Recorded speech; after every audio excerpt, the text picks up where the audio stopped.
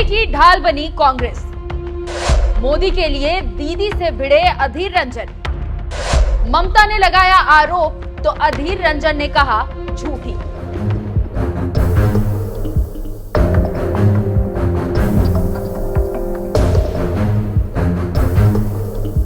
की बैठक में ममता बनर्जी जो कह रहे हैं मुझे लगता है झूठ, ये सारे निहायत झूठ बोलती है। कि बैठक में ममता बनर्जी जो कह रहे हैं मुझे लगता है झूठ, ये सारे निहायत झूठ बोलती है।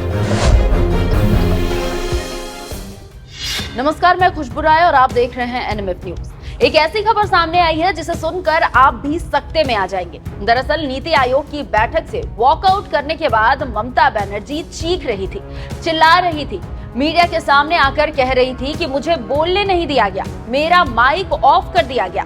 आप भी सुनिए। पहले जो बोलना एक ने बोला है उसका बाद में बस मेरे माइक स्टॉप आप छोड़कर आ रहे हैं बीच में बोलने चाहते थे बोलने के लिए वो 5 मिनट में स्टॉप कर दिया। जब हमारा से बहुत आगे जो बोला है 5 जन, तो सुना आपने दीदी का दुख।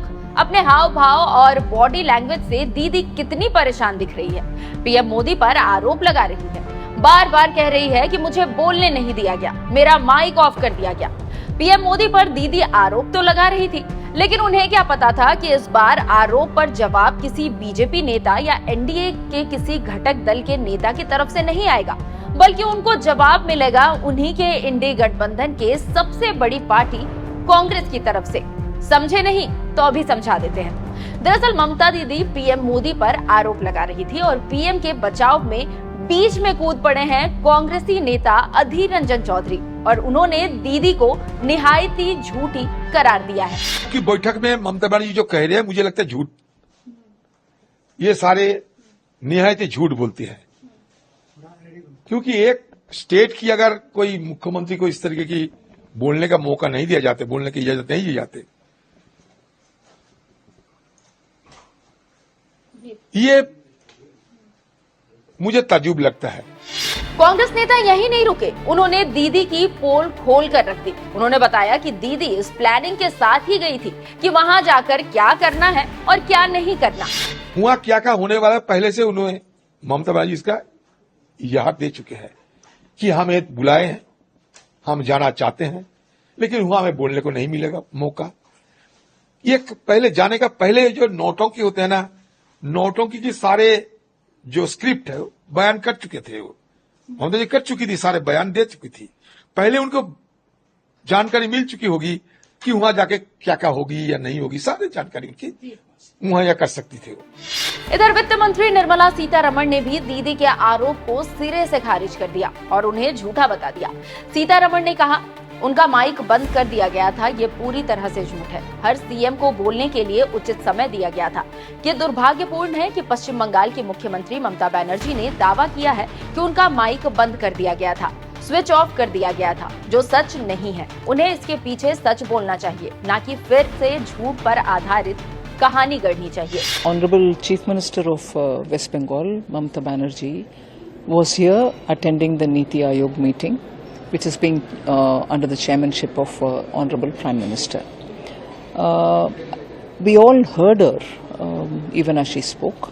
Every Chief Minister was given an allotted time, and that was displayed on the screen which was present before every table. We could see 2 tables would have a screen before us, and we could see before us the respective Chief Ministers speaking. So did we watch so many Chief Ministers speaking, as was Mamata Banerjee ji also speaking. But apparently she is now conveyed to the media, or conveyed through the media, that her mic was put off. That is completely false. Every Chief Minister was given their due time to speak.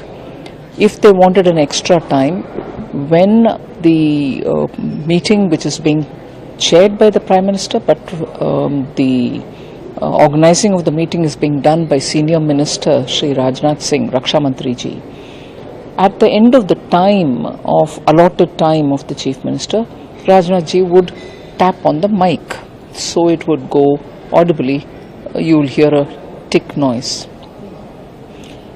It has been done for all chief ministers, but it's unfortunate that the Chief Minister of West Bengal, Mamata Banerjee, has claimed that as switching off her mic, which is not true, and it is unfortunate because we were quite happy that she participates in this meeting, puts forth her case, speaks for West Bengal, and as she said in the meeting, she spoke for all the opposition. But even as she was doing it, and we were hearing, as per the procedure, if she is reminded that her time is over, even with the mic on, she could have requested that she is going to continue speaking like some other chief ministers did. She could have continued speaking as long as she wanted, like some chief ministers did. But she chose to use that as a excuse so that she can get out of the meeting. And after getting out of the meeting, for her to say that the mic was switched off is just so unfortunate. I wish Mamata Banerjee would please say the truth behind this rather than, again, build a narrative based on falsehood. दरअसल प्रधानमंत्री नरेंद्र मोदी की अध्यक्षता में NITI Aayog governing counselling की 9वीं बैठक हुई, लेकिन lunch break से पहले एक ऐसी तस्वीर दिखाई दी जिसने पीएम मोदी पर सवाल खड़े कर दिए। पश्चिम बंगाल की मुख्यमंत्री ममता बनर्जी ने आयोग की बैठक से नाराज होकर वॉकआउट कर लिया, बाहर निकलकर सीधे मीडिया के पास पहुंच गई और पीएम मोदी पर आरोप मढ़ने लगी, उन्हें पार्शियल बताने लगी। हालांकि उनके दावों को पीआईबी फैक्ट चेक ने भी मिसलीडिंग बताया। ममता दीदी के झूठ और पीएम मोदी के बचाव में कांग्रेस का आना, इसे आप किस तरीके से देखते हैं, हमें कमेंट कर जरूर बताएं और ऐसी खबरों से जुड़े रहने के लिए हमारे चैनल को सब्सक्राइब कर लें। नमस्कार। की बैठक में ममता बनर्जी जो कह रहे हैं, मुझे लगता है झूठ, ये सारे निहायत झूठ बोलते हैं, क्योंकि एक स्टेट की अगर कोई मुख्यमंत्री को इस तरीके की बोलने का मौका नहीं दिया जाते, बोलने की इजाजत नहीं दी जाती, ये मुझे ताज्जुब लगता है।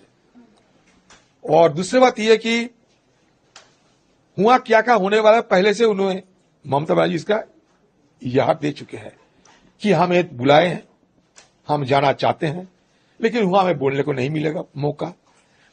ये पहले जाने का पहले जो नौटंकी होते हैं ना, नौटंकी की सारे जो स्क्रिप्ट है बयान कर चुके थे, वो ममता जी कर चुकी थी, सारे बयान दे चुकी थी। पहले उनको जानकारी मिल चुकी होगी कि वहां जाके क्या होगी या नहीं होगी, सारी जानकारी उनकी वहां या कर सकती थे वो। मुझे लगता है जो आज जो देश में राहुल गांधी जी को लेकर जो वाह हो रहे हैं, राहुल गांधी जी की इस तरीके की सारे हिंदुस्तान में विपक्ष की एक नेता की जो हैसियत से उन राहुल गांधी जी जिस तरह की प्रकट होते हैं और हिंदुस्तान के आम लोगों को राहुल गांधी जी के ऊपर जिस तरीके की टिकी हुई है, उसमें इनकी मन में जलन पैदा शुरू हो गई है कि ऐसा ही महिला किसी की अच्छा, उनके अलावा किसी का अच्छा देखने के लिए वो कभी मतलब नहीं मन बनाती है। तो राहुल गांधी जी की सारे हिंदुस्तान में अपने